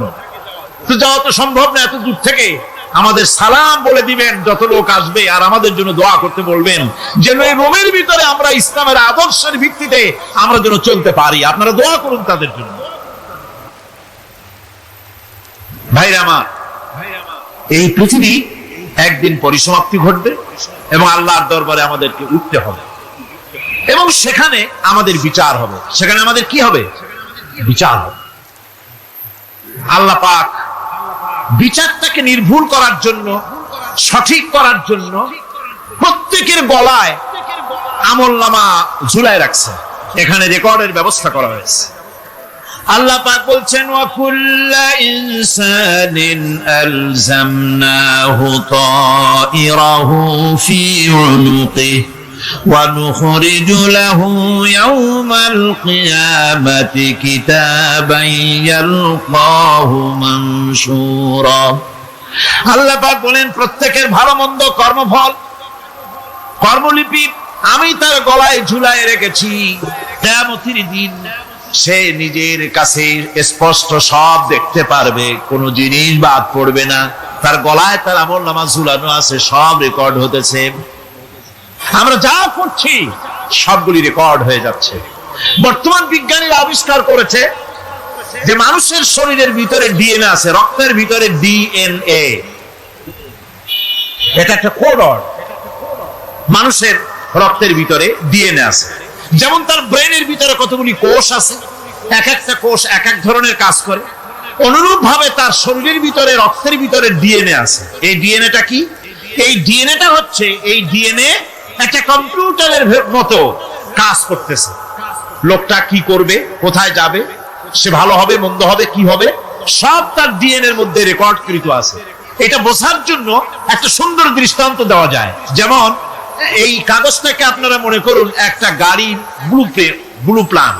একটা ব্লুপ্রিন্ট, একটা গাড়ির ব্লুপ্রিন্ট। এখানে লেখা আছে গাড়ি কিভাবে তৈরি হবে। এই কাগজটা নিয়ে ঘরের মধ্যে রেখে দিলেন। এখন এই কাগজটা থেকেই অটোমেটিক গাড়ির উইন্ডো তৈরি হলো, শিল তৈরি হলো, গাড়ির বডি তৈরি হলো, চেসিস তৈরি হলো, টায়ার তৈরি হলো, ইঞ্জিন তৈরি হলো, ব্যাটারি তৈরি হলো, পেট্রোল নিল, আর কোন রকমের ড্রাইভার ছাড়াই গাড়ি চলতে আরম্ভ করলো।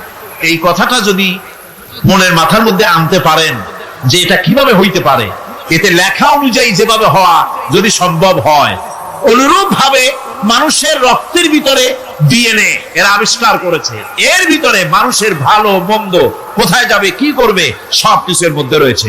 কোরআনে কারীমে আল্লাহ রাব্বুল আলামিন, আমি গত বছরও বলছিলাম যে বিজ্ঞানের আবিষ্কার যত বাড়বে কোরআন বোঝা মানুষের জন্য তত সহজ হবে। কোন সুবহানাল্লাহ। কোরআন বোঝা মানুষের জন্য তত সহজ হবে। সুতরাং মানুষের গলার সাথে আল্লাহ পাক বলছেন যে একটা আমলনামা আমি ঝুলাই দিয়েছি তার গলার সাথে। সে যা করতেছে ওখানে সব লিপিবদ্ধ হচ্ছে, কম্পিউটারাইজড, কম্পিউটারের মতো এগুলি সব গ্রহণ করতেছে। এগুলি কিয়ামতের দিন তার সামনে হাজির করা হবে। কিয়ামতে যখন আমলনামা তার সামনে দিয়ে বলা হবে, ইকরা কিতাবাকা কাফা বিনাফসিকাল ইয়াওমা আলাইকা হাসিবা। তাকে বলা হবে নিজের কর্মলিপি নিজেই পড়ো, আজ তুমি তোমার নিজের হিসাব নিতে যথেষ্ট। বন্ধুগণ, এই মাহফিলে যত লোক আমরা বসে আছি, আমরা আমাদের হিসাব নিতে যথেষ্ট না আরেকজন লাগবে? কোন আমরা যথেষ্ট কিনা? কথা বোঝেন নাই। আমি বলতে চেয়েছি এটা, আমরা যদি এখন সব বুঝে চিন্তা করি যে পিছনের জীবনে কি করেছি, মনে পড়বে নাকি পড়বে না? বলেন সবাই, পড়বে কি পড়বে না? ছোটবেলায় কবে পায়ের নিচে কাঁটা ফুটেছিল, কবে কোথায় আছাড় খেয়েছিলেন, কবে কার বেল, তাল, আম, কাঁচা আম চুরি করে খেতে গিয়ে কিল খেয়েছিলেন, তারা খেয়েছিলেন, তাকে এখন মনে নাই? আছে। তাহলে কি ওই তাল বেল চুরি করতে গিয়ে যে কিলটা খাইছিলেন সেটাও মনে আছে, ভালো মন্দ সব মনে আছে। তাহলে কোন হোটেলের রুমে কি করছিলেন, কোন স্কুলে কোন কলেজে কি করছিলেন, তারপরে জীবনে ছোট বড় ঘটনাগুলি সব বুঝতে মনে পড়বে না? এবার হিসাব করেন, মনে যদি পড়ে এবার হিসাব করেন আপনি জান্নাতি না জাহান্নামী। আপনি আপনার নিজের হিসাব নেওয়ার জন্য যথেষ্ট। তাকে হিসাব করতে বলা হবে, তোমার হিসাব, তোমার নিজের হিসাব নেওয়ার জন্য তুমি যথেষ্ট, তোমার হিসাব তুমি নিজেই করো, এটা পড়ো। আর সেই কিয়ামতের দিন কোন সাহায্যকারী মিলবে না। লান তানফাকুম আরহামুকুম ওয়ালা আওলাদুকুম ইয়াউমাল কিয়ামাহ। লান তানফাকুম, কিয়ামতের দিন কোনো ফায়দা হবে না, অবশ্যই কোনো ফায়দা হবে না, কোনো উপকারে আসবে না। কিয়ামতের দিন তোমার সন্তান, তোমার স্ত্রী, তোমার মাল, তোমার সম্পদ কোন উপকারে আসবে না। কিয়ামতের ময়দানে সেদিন সব তোমার সাথে বিচ্ছ করবে, সব পালায় যাবে। সেখানে উৎকোষেরও কোনো কারবার নাই যে ঘুষ টুস দিয়া, ফেরেশতাদের কোন রকম বুঝবাজ দিয়া, আলাদা কোনো চোরাগলি পথ দিয়া একেবারে ফুট করে ভেস্তে চলে যাবেন, এমন কোনো সুযোগ নাই। অনেকে বলে হুজুর এমন কিছু দোয়া শিখায় দেন যাতে ওই সব জেহাদ বোমা এগুলি খুব ভয় পাই, ওসব রাস্তা রাস্তা না, খুব সহজে কিছু দোয়া দুরূদ করিয়া আস্তে করে জান্নাতে চলে যাওয়া যায়, এরকম একটা দোয়া, এরকম একটা পথ বলে দেন। আমি বলি ভাই, এরকমের কোন চোরাগলি আমার রাসূল আবিষ্কার করতে পারেন নাই। আল্লাহর পয়গম্বরের ওই ধরনের কোন পথ আবিষ্কার করতে পারেন নাই। সেখানে কিয়ামতের দিন কাউকে উৎকোষ গ্রহণ করার কেউ নাই, উৎকোষ দেওয়া যাবে না। আর উৎকোষ দিবি নেবা কি, আপনার কাছে কিছু নাইও, থাকলেও নেওয়ার কেউ নাই। এই দুনিয়ায় ফাঁকিবাজি করে বহুত কিছু করা যায়, কিন্তু কিয়ামতের মাঠে এগুলি কিছুই চলবে না। اليوم لا ينفع مال ولا بنون। কিয়ামতের দিন ধন সন্তান সন্ততি আর সম্পদ কোনো কাজে লাগবে না। সেদিন শুধু আমল যদি ভালো হয় কাজে লাগবে, আমল খারাপ হবে সব শেষ হয়ে যাবে। আল্লাহ রাব্বুল আলামিন নবীজিকে ডেকে বলেছেন, নবী আপনি বলেন, কুল মা কুনতু বিদআম মিনার রাসূল, আপনি বলুন আমি কোন নতুন রাসূল নই, আমার আগে অনেক নবী রাসূল পৃথিবীতে এসেছেন, তারা বিদায় হয়ে গেছেন। আমি জানি না কিয়ামতের দিন আল্লাহ রাব্বুল আলামিন আমার সাথে কি ব্যবহার করবেন, আর আমি এও জানি না যে কিয়ামতের দিন আল্লাহ পাক তোমাদের সাথে কি ব্যবহার করবেন। এই আয়াত নাযিল হওয়ার পর আল্লাহর হাবিব তার মেয়েকে ডাকলেন, জামাইকে ডাকলেন, নাতিদেরকে ডাকলেন, আহলে বাইতদেরকে ডাকলেন, আর বললেন, ও আমার মেয়ে কলিজার টুকরা ফাতেমা গো শোনো, কেবলমাত্র আয়াত নাযিল হয়ে গেল, আল্লাহ পাক আমাকে শুনাইছেন কিয়ামতের দিন আমি জানি না আমার সঙ্গে কি ব্যবহার করা হবে, আর এও জানি না যে তোমাদের সাথে কি ব্যবহার করা হবে। ও আমার কলিজার টুকরা মেয়ে ফাতেমা, কিয়ামতের দিন মুহাম্মদ সাল্লাল্লাহু আলাইহি সাল্লামের মেয়ে, এই হিসাবে তোমার নাজাতের ফয়সালা হবে না। ও আমার কলিজার টুকরা নাতি হাসান আর হোসেন, কিয়ামতের দিন মুহাম্মদ সাল্লাল্লাহু আলাইহি সাল্লামের নাতি হিসাবে ফয়সালা হবে না। ও আমার জামাই হযরতে আলী, কিয়ামতের দিন আমার জামাই হিসাবে নাজাতের ফয়সালা হবে না। আমল যদি ভালো হয় ফয়সালা ভালো হবে, জান্নাতে চলে যাবে। আমল যদি খারাপ হয় কার নাতি কার জামাই দেখা হবে না। সুবহানাল্লাহ। কঠিন কিয়ামতের মাঠ। এই পরকালের বিশ্বাস যদি কলিজার মধ্যে ঢোকে মানুষ ভালো হয়ে যাবে। কোন সুবহানাল্লাহ। আপনাদের দৃষ্টিতে পারবে, কথার জবাব যে দিলেন না। পুলিশে কি মানুষের চরিত্র ভালো বানাইতে পারবে? পুলিশের চরিত্র ভালো বানাবে কেনা, সেটাই তো কথা। মানুষের চরিত্র যাতে ভালো থাকে, মানুষের জন্য খারাপ কাম না করে, সেজন্য পুলিশ।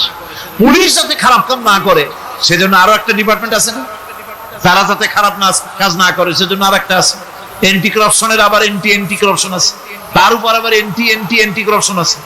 এন্টিটার অভাব নাই। সুতরাং পুলিশ দিয়া, বিডিআর দিয়া, আর্মি দিয়া মানুষের, দেশের, জাতির চরিত্র ভালো বানানো যায় না। রাসূলুল্লাহ এ দিয়ে বানান না, এটা ইসলামের নিয়ম নয়। পুলিশ দিয়া, আর্মি দিয়া দেশের মানুষের চরিত্র ভালো বানানো যায় না। চরিত্র ভালো বানানো যায় কেবলমাত্র পরকালের ভয় দিয়া। কিসের ভয় দিয়া? ওই যে মক্কার জীবনে ওই সমস্ত মানুষগুলি যারা চুরি করত, ডাকাতি করত, জিনা করত, বদমাশি করত, যারা শয়তানি করত, যারা মানুষকে খুন করত, এই মানুষগুলি এত ভালো হয়ে গেল, যারা চুরি ছেড়ে দিল, ডাকাতি ছেড়ে দিল, জানাবে বিচার ছেড়ে দিল, এত ভালো হয়ে গেল। পৃথিবীর মধ্যে সেরা মানুষ তারা হয়ে গেলেন। জোরে বলেন সুবহানাল্লাহ। নবীর সাহাবীরা পৃথিবীর শ্রেষ্ঠ সন্তান, নবীর সাহাবীরা পৃথিবীর সেরা মানুষ, তাদের চাইতে সেরা মানুষ নবীদের পরে আর কেউ হতে পারে না। জোরে কোন সুবহানাল্লাহ। নবীর পরে পৃথিবীতে শ্রেষ্ঠ মানুষ কারা? সাহাবায়ে কেরাম রিদওয়ানুল্লাহ তাআলা আলাইহিম আজমাইন। ওনারা তো কুফরের মধ্যে ছিলেন, শিরকের মধ্যে ছিলেন, চুরি ডাকাতি জিনা ব্যভিচার এমন কোনো পাপ নাই যা করা হয়নি। তারপরে যখন আল্লাহর নবীর কাছ থেকে তাওহীদ, রিসালাত ও আখিরাতের দাওয়াত পেলেন, কি সোনার মানুষ এক একজন হয়ে গেলেন। সুবহানাল্লাহ। যারা ছিলেন নারীর সতীত্বের জম, তারা হয়ে গেলেন নারীর সতীত্বের পাহারাদার। যারা মানুষের মাল চুরি করত, ডাকাতি করত, তারা রাতভর মানুষের মালের পাহারা দিল, মানুষের রক্তের পাহারা দিল। সুবহানাল্লাহ বিহামদি। রক্ত ও সম্পদের পাহারা দিল। রাসূল বললেন, খায়রুল কুরুনি কারনি, সর্বশ্রেষ্ঠ যুগ তো আমার যুগ। বন্ধুগণ, এরপরে একটা জীবন আসবে ওই কিয়ামতের ময়দানে। এই পরকালের বিশ্বাসটা গুরুত্বপূর্ণ ব্যাপার। আমাদের সবকিছুর হিসাব দেওয়া লাগবে। আল্লাহ পাক বলেন, ইন্নাস সামআ ওয়াল বাসারা ওয়াল ফুআদা কুল্লু উলাইকা আনহু মাসউলা। নিঃসন্দেহে মানুষের শ্রবণ শক্তি, দর্শন শক্তি এবং তার অন্তঃকরণের কল্পনা সম্পর্কে আল্লাহ রাব্বুল আলামিনের কাছে জিজ্ঞাসিত হতে হবে। কান দিয়া কি করেছিল, চোখ দিয়া কি করেছিল, মুখ দিয়া কি করেছিলে, হাত দিয়ে কি করেছিলে, সবকিছুর জবাব আল্লাহ রাব্বুল আলামিনের কাছে দিতে হবে। সবটার জবাব দিতে হবে, কোনো কিছু বাদ যাবে না। এমনকি মনের ভিতরে যে কল্পনা আমরা করি, এই কল্পনার হিসাব আল্লাহর দরবারে দিতে হবে। কোরআনে কারীম বলছেন, ওয়া ইন তুবদু মা ফি আনফুসিকুম আও তুখফুহু ইউহাসিবকুম বিহিল্লাহ। মনের ভিতরে তুমি যেটা কল্পনা করো সেটা প্রকাশ করো, অথবা তুমি গোপন রাখো, যাই তুমি করো না কেন, আল্লাহ রাব্বুল আলামিন এর হিসাব তোমার কাছে নেবেন।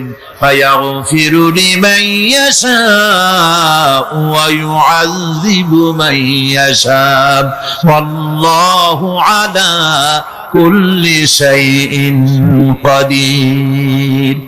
মহান আল্লাহ পাক বলেন, করার পর তোমার মনের ভিতরে কি কল্পনা করেছিলে ওইটার হিসাব আমি নেব।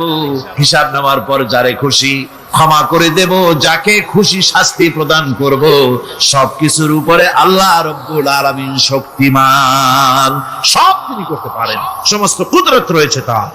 সুতরাং মানুষদেরকে, আল্লাহর বান্দাদেরকে বিশ্বাস করতে হবে যে আমার কোনো কথা বাদ যাবে না। কথাগুলি রেকর্ড হচ্ছে, কথা রেকর্ড হচ্ছে। আমি যে ওয়াজ করতেছি, এই কথাগুলি রেকর্ড হচ্ছে নাকি হচ্ছে না? অনেক টেপ রেকর্ডার রেকর্ড হচ্ছে, অডিও ভিডিও হচ্ছে। আজ থেকে 50 বছর পর যদি এই রেকর্ড বাজানো হয়, আমাকে যদি বলা হয় যে আপনি অমুক জায়গায় অমুক কথা বলেছেন, আমি যদি বলি না আমি কথা বলি নাই, তারপরে যদি রেকর্ড বাজানো হয়, তাহলে আমি কথা যে বলি নাই যদি বলি, তাহলে এটা ধরা পড়বে না? সেখানে ধরা পড়বে না? তাহলে এই মানুষের কথা প্লাস্টিকের ফিতায় রেকর্ড করে 50 বছর, 100 বছর, 200 বছর, 500 বছর যদি প্লাস্টিকের ফিতায় এটাকে চলচ্চিত্র করে অথবা টেপ রেকর্ডারে করে যদি ধরে রাখা যায়, এই বুদ্ধিটা কে দিলেন কত দেখি? সবাই কন্যা এই বুদ্ধিটা দিলেন কে? যে আল্লাহ রাব্বুল আলামিন মানুষের মাথায় বুদ্ধি দিলেন, যার দ্বারা সে মানুষের কথাবার্তা, অ্যাক্টিভিটি সব ধরে রাখতে পারে। সে আল্লাহ রাব্বুল আলামিন বুঝি আপনার আমার কথা এবং আপনার আমার অ্যাক্টিভিটিস কে তিনি বুঝি ধরে রাখতে পারবেন না কিয়ামত পর্যন্ত? পারবেন কি না? সেজন্য রাব্বুল আলামিন বলেন, মা ইয়ালফিযু মিন কাওলিন ইল্লা লাদাইহি রাকীবুন আতীদ। সমস্ত কথা রেকর্ড হচ্ছে। সুবহানাল্লাহ কোন জোরে! সমস্ত কথা রেকর্ড হচ্ছে, একটা কথা বাদ যাবে না। মুখ আছে বলি কথা বলবেন তা না, হিসাব করে কথা বলতে হবে। গীবত গাওয়া যাবে না, মিথ্যা কথা বলা যাবে না, মিথ্যা ওয়াদা করা যাবে না। মিথ্যা ওয়াদার তো মৌসুম এসে গেছে। কি কোন বোঝেন কথা? হ্যাঁ, মিথ্যা ওয়াদা মৌসুম এসে গেছে। এখন মৌসুমে বাহার, মিথ্যা বলার। কত সুন্দর সুন্দর ওয়াদা, সোনা দিয়া রাস্তা বানায় দেবে। অভুক্ত মানুষদের বলা হয় না খেয়ে মরবেন না, কিন্তু কি খেয়ে মরবে তাও কয়। আমরা যদি যাইতে পারি তাহলে মটকির মতো রসগোল্লা বানাই, গরুর গাড়ির চাকার মতো জিলাপি বানাই, খাইতে গিয়ে হা করে চিত হয়ে থাকি। কত রঙিন রঙিন কথা। মিথ্যা ওয়াদার সময় এসেছে। ভাইরা আমার, পরকাল যদি বিশ্বাস করে সেই ব্যক্তি কিছুটি মুখ আছে বলেই যা খুশি বলবে না, পরনিন্দা করবে না, পরচর্চা করবে না, হাত আছে বলেই যা তা লিখবে না। ঘটনা হইল একটা, লিখলো আর একটা। কলম একটা আছে বলেই যা খুশি তা লেখা যায় না, মুখ আছে বলেই যা খুশি তা বলা যায় না, চোখ আছে বলেই যা খুশি তা দেখা যায় না। গরু খাওয়া জায়েজ করা হয়েছে বলে গরুর লেজ থেকে মাথা পর্যন্ত পাইকারি ধরে সব খাওয়া যায় না। গরু খাওয়া হারাম না হালাল? হালাল। পাইকারি ধরে লেজ থেকে মাথা পর্যন্ত সব খাওয়া হালাল না। ওর মধ্যে আল্লাহ কিছু হারাম রেখে দিছে, সেগুলোকে বাইসে খাইতে হবে। আল্লাহ দেখতে চান পাইকারি ধরে জমের খাওয়া খাও, না আমার হারাম গুলি বাদ দিয়ে খাও, নিষেধ করা গুলি বাদ দিয়ে খাও। মুখ আছে বলেই যা খুশি তা বলা যাবে না, কান আছে বলেই যা খুশি তা শোনা যাবে না, চোখ আছে বলেই যা খুশি তা দেখা যাবে না, হাত পা আছে বলেই যা খুশি তা করা যাবে না। সবটার পেছনে আল্লাহ রাব্বুল আলামিনকে ভয় করা লাগবে। মহান আল্লাহ রাব্বুল আলামিন বলে, বান্দারে তোমার সমস্ত কার্যাবলী, এমনকি তোমার চাহনিটা পর্যন্ত কার দিকে কি নিয়তে তাকায়ছো কেউ জানে না, আমি আল্লাহ রাব্বুল আলামিন জানি। وَيَعْلَمُ خَائِنَةَ الْأَعْيُنِ وَمَا تُخْفِي الصُّدُورُ। তোমার অন্তঃকরণ কি জিনিস গোপন করে, আর তোমার চক্ষু কি লুকোচুরি খেলে আমি টের পাই। সুবহানাল্লাহ বিহামদি। চশমার ফাঁক দিয়া কি দেখো, কানে দেখো, কি নজরে দেখো, সানগ্লাস পরিয়া কেউ ঠিক পায় না, আমি ঠিক পাই। সুবহানাল্লাহ, জোরে কর সুবহানাল্লাহ। সুতরাং চোখের নজরের হিসাব হবে, হাতের কাজের হিসাব হবে, পায়ের চলার হিসাব হবে, আপনার বলার হিসাব হবে, মুখে যা বলেছেন, যা করেছেন, হাত পাও দিয়ে যা করেছেন, সবকিছুর হিসাব হবে কিয়ামতের দিন। আল্লাহর দরবারে সবকিছু উপস্থিত হবে, কোনো জিনিস বাদ পড়বে না। فَمَن يَعْمَلْ مِثْقَالَ ذَرَّةٍ خَيْرًا يَرَهُ وَمَن يَعْمَلْ مِثْقَالَ ذَرَّةٍ شَرًّا يَرَهُ। ছোট্ট একটা ভালো কাজ যদি করো তাও হাজির করা হবে সামান্যতম ভালো কাজও তোমার বাদ পড়বে না, আর ক্ষুদ্রতম কোনো খারাপ কাজ করলে তাও উপস্থিত করা হবে, সব তোমার সামনে, কোনো জিনিস বাদ পড়বে না, সব দেখতে পাবে কিয়ামতের দিন। ভালো কাজটাও আর খারাপ কাজটাও আল্লাহর কাছে সেদিন আল্লাহ পাক মানুষের সামনে উপস্থিত করে দিবেন। আল্লাহ পাক বলছেন, সেদিন এই জমিন তার ভিতরে যা লুকায়িত ছিল জমিন সব বের করে দেবে। কান্নাহুম জারাদুম মুনতাশির। টিড্ডি, ফড়িংগুলি, পোকাগুলি মাটির থেকে যেমন বেরোয়, এ মাটির ভিতরে যা আছে কিয়ামতের দিন সব মাটি বের করে দেবে। ইযা যুলজিলাতিল আরদু জিলজালাহা ওয়া আখরাজাতিল আরদু আসকালাহা ওয়া ক্বালাল ইনসানু মা লাহা। এ জমিনকে ঝাঁকি মারা হবে প্রবল এক ঝাঁকুনি, প্রবল এক ঝাঁকুনিতে এই পৃথিবীর মধ্যে যা কিছু আছে সব বেরিয়ে যাবে। সুবহানাল্লাহ কইতে ইচ্ছা করে না মিয়ারা? এক ঝাঁকুনিতে পৃথিবী সব বের করে দেবে। মানুষ हैरान হয়ে বলবে, কি হয়েছে, এ মাটির হলোটা কি? আমার বন্ধুগণ, মানুষ हैरान হয়ে গিয়ে বলবে, মাটির কি হলো? আল্লাহ রাব্বুল আলামিন বলেন ইয়াউমাইযিন তুহাদ্দিসু আখবারাহা বিআন্না রাব্বাকা আওহালাহা। জমিনের উপরে যা ঘটেছে জমিন তা সব বের করে দেবে, সব প্রকাশ করে দেবে। আর এটা এই জন্য হবে যেহেতু তার রবের হুকুম হয়েছে, তার রব হুকুম করেছে বের করে দে। জমিনের ভিতরে আছে যা সব বেরিয়ে যাবে, আকাশ ভেঙে পড়বে, পাহাড় উড়ে যাবে, জমিনের ভিতরে যা আছে সব উপরে চলে আসবে। পৃথিবীতে সব শেষ, কিচ্ছু নাই, আকাশ নাই, পাহাড় নাই, সমুদ্র নাই, সব একাকার। চন্দ্র নাই, সূর্য নাই, তারকা নাই, গ্যালাক্সি নাই, মহাশূন্য নাই, সব শেষ। আল্লাহ রাব্বুল আলামিন সমস্ত ফেরেশতাদেরকে শেষ করে দিবেন, সকলের মওত হয়ে যাবে, কেউ আর থাকবে না। এমনকি হযরতে আজরাইল মালাকুল মউত তিনিও থাকবেন না। সব আল্লাহ রাব্বুল আলামিন মৃত্যু করে দিবেন। এরপরে আল্লাহ রাব্বুল আলামিন একা তিনি বলবেন ইয়া দুনিয়া, ইয়া দুনিয়া আইনা আনহারুকি, এ পৃথিবী তোর সেই সমুদ্রগুলো কোথায়, নদীগুলি কোথায়? ইয়া দুনিয়া আইনা আশজারুকি, হে দুনিয়া তোমার গাছগুলি কোথায়? এত বন বনানি, এত গাছ ছিল। ইয়া দুনিয়া আইনা জিবালুকি, হে পৃথিবী তোর জমিনে যত পাহাড় ছিল পাহাড়গুলি কই?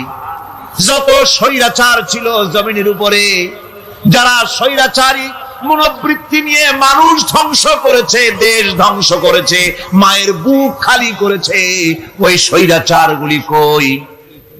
কোনো জবাব নাই। আল্লাহ পাকের পরে বলবেন লিমানিল মুলকুল ইয়াউম, কার রাজত্ব?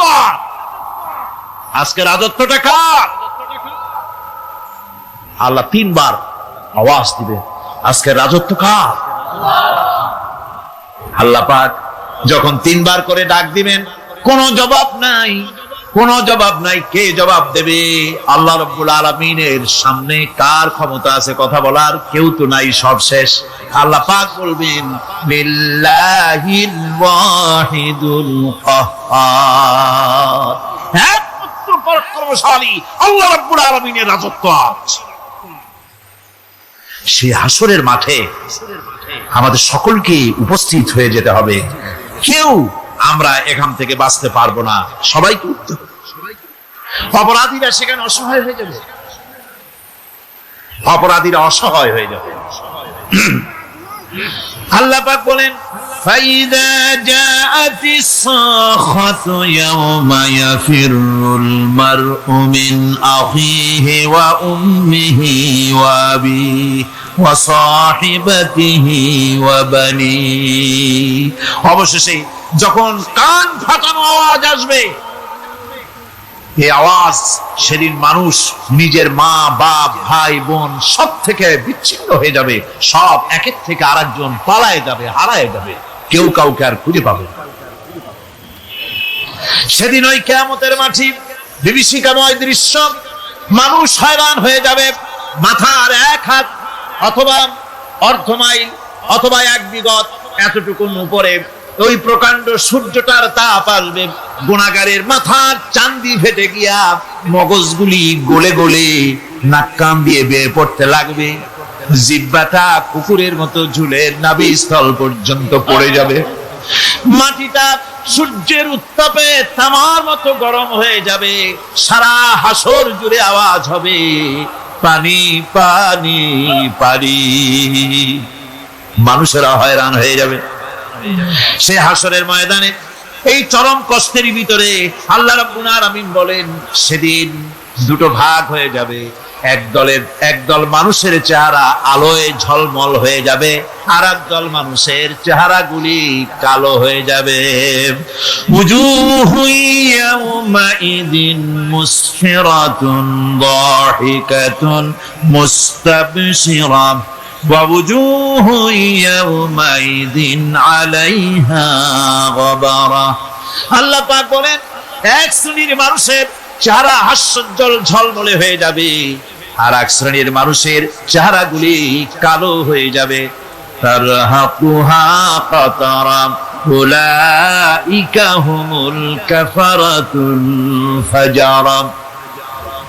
হাস্যোজ্জ্বল, স্বচ্ছন্দপূর্ণ, সুন্দর, উজ্জ্বল ঝলমলে চেহারা হবে ঈমান আনার কারণে, পরকালকে বিশ্বাস করার কারণে, আল্লাহ এবং রাসূলের কথা অনুযায়ী জীবন যাপনের কারণে চেহারাটা উজ্জ্বল হয়ে যাবে। আর আল্লাহর নাফরমানি, রাসূলের নাফরমানি, পরকালকে অস্বীকার করার কারণে কাফের গুলির চেহারা, মুনাফিক গুলির চেহারা কালো হয়ে যাবে। তাদেরকে আলাদা করে দেওয়া হবে। ফামতাজুল ইয়াওমা আইয়ুহাল মুজরিমুন, মুজরিমদেরকে আলাদা করে দেওয়া হবে, দুইটা ভাগ হয়ে যাবে। এই চরম অবস্থা সৃষ্টি হবে কিয়ামতের ময়দানে। সেদিন রাসূল করিম সাল্লাল্লাহু আলাইহি ওয়াসাল্লাম উম্মতের জন্য সুপারিশ করবেন। সেই সুপারিশ যেন আমাদের করতে পারেন, সেজন্য আমাদেরকে তৈরি করতে হবে, সে ধরনের যোগ্য আমাদেরকে বানাতে হবে। বন্ধুগণ, এই পরকালীন জীবন, এর সম্ভাবনা, এটা যে হবে এবং সেই পরকালে আমাদের সকলকে যে উঠতে হবে, কিয়ামতে আল্লাহর কাছে জীবনের সবকিছুর জবাবদিহি করতে হবে, এই ভীতি সৃষ্টি করতে চায় আল্লাহ পাক মানুষের ভেতরে। আল্লাহ পাকের চাইতে মানুষের কল্যাণকামী আর কেউ আছে? চিল্লায় কোন আল্লাহর চাইতে, বিশ্ববাসীর সৃষ্টি জগতের কল্যাণকামী আল্লাহর চাইতে, রাসূলের চাইতে বেশি কেউ কি আছে? সে আল্লাহ পাক সব বলে দিলেন, ওপেন সিক্রেট করে দিলেন, সব গোপন ফাঁস করে দিলেন। কেমনে বিচার হবে, কেমনে কিয়ামত অনুষ্ঠিত হবে, কেমনে কি হবে, সব খুলে খুলে আল্লাহ পাক বলে দিলেন আমাদেরকে ভালো হওয়ার জন্য।